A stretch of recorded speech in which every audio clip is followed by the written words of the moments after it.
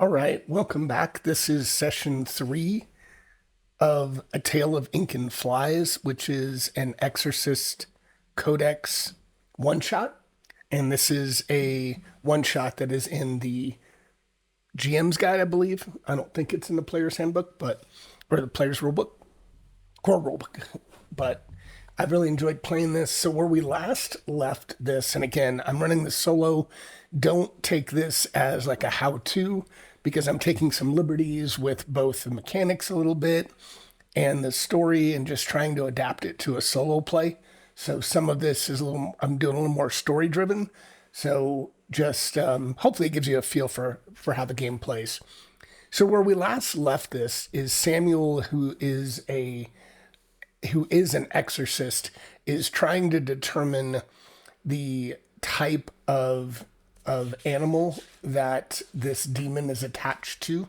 So we know this is a wild demon, and they determined that through a scroll that they discovered and read. And as Samuel, my character, was searching the room, Daniel, who's the assistant of Dr. Bourgeois, had actually he had gotten vomited on, projectile vomited on. So we're going to pick up right there. And as he does that, I think that is a good trigger to go to the demon dice board. And let us move that around. I think, yeah, let's move that up. And we're going to roll a d6. So it's been a little bit since I played this. So let's go back here and we're going to roll a d6. If I can find a d6. And if it is we're going to roll on the chaos die is what we're going to roll on. So let's see what that does. 2. All right, so this goes down, I think, to 2, but so nothing, it doesn't really do anything to actually increase the tension, so to speak, or the intensity of the demonic energy field. But I do think, yeah, we'll leave it there for now. We will leave it there for now. So we'll go back to the room. And we are going to, so Daniel, who again has just kind of gotten vomited all over, he needs to get out of here and change. So he is going to leave the room and go over to his bedroom maybe, and he's tells everyone, look, I'll be right back. I just need to get out of these clothes. So in the meantime, I say, hey, keep an eye on the doctor, but keep your distance a bit. So I think Susan's going to go up in the corner, and we're going to have our buddy Eric kind of stay down here while I continue to search the room. And we are going to look in the chest here. So this is it's a heavy wooden chest. So Samuel is going to open the chest, and he kind of looks through it, and it just has a bunch of travel worn clothing. He's kind of digging around, doesn't find much of interest. And he kind of peeks back at Dr. Bourgeois for a second. And he's going to kind of take a look up. He's making his way entirely around the room. So he's going to go head up towards this desk of drawers and get in front of this. And he's starting to open some of the drawers, and he sees scattered notes and, various things that Dr. Bourgeois has encountered over the years. All kinds of talismans and scrolls, and sounds like he's encountered other demonic forces. And as he's doing that, I'm going to say that Dr. Bourgeois, who he had somehow hidden the knife. Daniel, I think in his panic, had forgotten that the knife stayed on him, but he had somehow hidden the knife.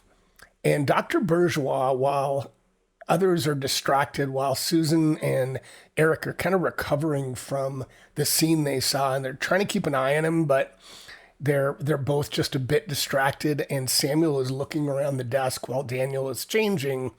So as that occurs, Dr. Bourgeois is able to get the knife out of his inner jacket pocket. And as he does so, he is going to slice the top of his lip. So his nose is already cut off, as you might remember, but he is going to slice his lip kind of from the bottom of his lip all the way up to the tip of his nose. And from the top of his lip, he is going to cut down all the way to the bottom of his chin. And as he does that, he smiles really wide. And as he smiles, the corners of his mouth like pull apart, and the gap to where he's mutilated his lips slowly pull apart, and it looks like a V on the bottom of his chin, and it really looks like it almost looks like a reverse V, almost an arrow at the top of his lip as he looks up at Susan and smiles and says, "Do you like what I've done to my host?" And as she looks at him, she lets out a scream as Dr. Bourgeois, this guttural growl comes out of him as he waves the knife. Now, what I'm going to do with that is he kind of tears and twists that knife. And as he does that, I am going to roll one more time on the demon dice board, and we're going to roll for a chaos roll. So let's see what that does. Just everyone observing that. We're going to roll for that.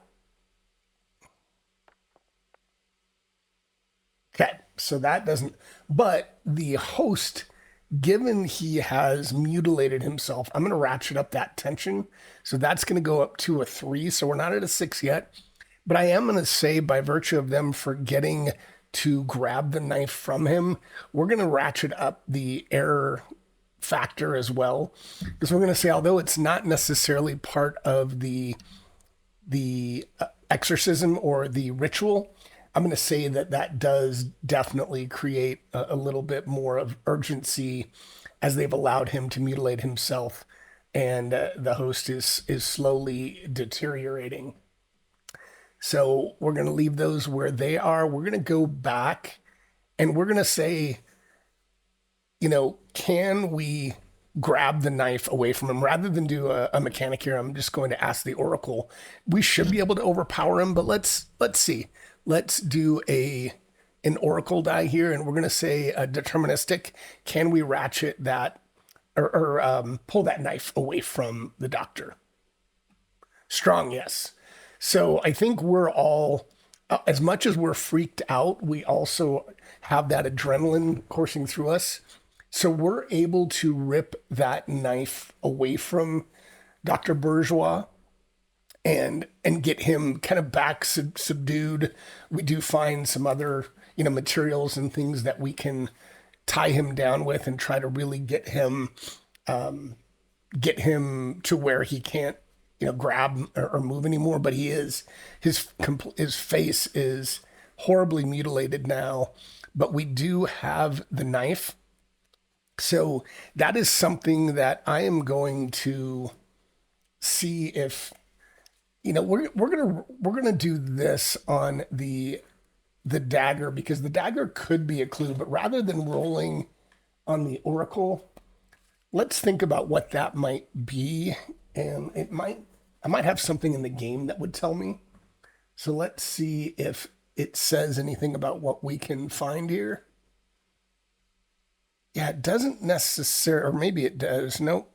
Body parts, knowledge, static clue. Maybe what I'll do is I'll roll for a spot first, just to see if I notice anything about the dagger. So I'm going to give myself if I roll below 50, because my spot is 50. So let's roll a percentile there. See what that shows. Wow, I have not been very observant. So for the moment, at least, we have not noticed anything. Or wait, is that a 49? I thought that was a 69. Let me look down here. Oh, it's a 45. So I did just roll under. So I did notice something. So I'm observing the handle, and I'm gonna say that I've spotted something. So I'm noticing that the handle does look it's subtle, but it's carved to resemble a raven's head, and so it's definitely making me think more about the fact that the demon might have some connection to a bird or something of that type. So I'm going to say for the moment that's all I know or can determine. So we're going to continue. I'm going to continue to have my friend Samuel search the room. So he is going to do. He's going to run up here, and he asks Susan, why don't you switch places with me so I can kind of take a peek up here? And in the meantime, given we've moved around a bit, Daniel is going to come back in the room and he's going to resume his place. He's got a new fresh set of like lab coats on him, and he's cleaned up. He still has a little bit of, you look in his hair, and his hair still has kind of some of this black ichor that was vomited from Dr. Bourgeois. And he looks at Dr. Bourgeois, and as Dr. Bourgeois smiles at him and says, "Do you like?" And Daniel just looks around at everyone, and Samuel just kind of raises his hands and says, "Hey, you know, don't engage." We grab the knife, and Samuel kind of holds it up and puts it back into his cowl and says, I'm still trying to determine, what animal connection, I think based on this, the hilt of this knife, this dagger, I'm thinking it could be some type of bird, but I'm not sure. So Daniel just nods his head and takes up his spot, but keeps a little bit of distance from Dr. Bourgeois. And in the meantime, Samuel looks at the bookshelf in front of him, and he sees a number of grimoires, occult writings, and codices from all sorts of various sources.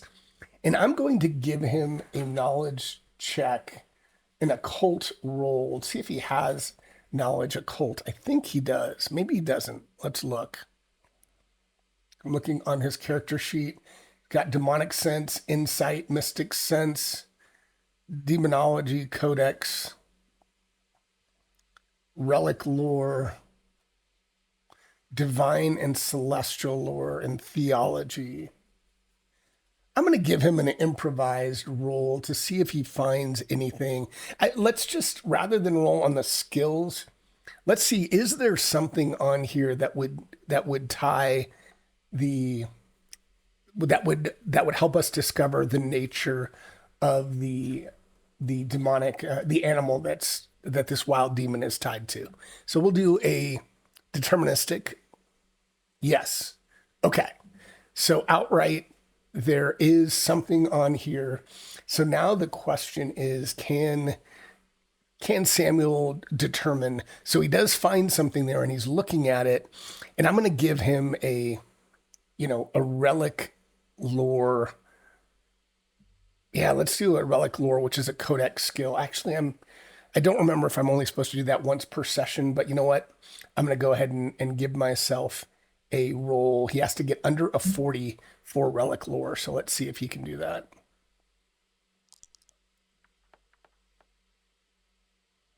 No, man, I've really been struggling with my roll. So he rolled an 89. So he sees this relic that's, maybe it's another, not a, maybe it is another scroll by the individual who created this, and I forget his name now. I think it was Jehan de Montferrand, and he's looking at the scroll, but he just can't place it. So he pockets it because he feels like there is something in it that should trigger something in him, but and some he's feeling like it reminds him of something, but he can't think exactly what that is. And so he continues to search the room, and he'll go over to the far corner, which is the last area here. And as he looks there, this is a packed bookshelf. It's filled with historical documents and notes. And let's see, I am going to look and read just a little bit about what is here to see what I might be able to find. Okay, so I am going to say I need a knowledge check to determine if I find anything in this bookshelf of note, these historical works, and I'm supposed to do a knowledge history. Given I'm a solo player and I don't have all the skills that I would have if I was using multiple players, I'm going to use my theology knowledge, which is only 20%, but I'm going to give myself a 20% chance to find something in here of note. So let's see if I do. And I'm having a hard time reading these sometimes. Oh, that's so close. 24. Okay.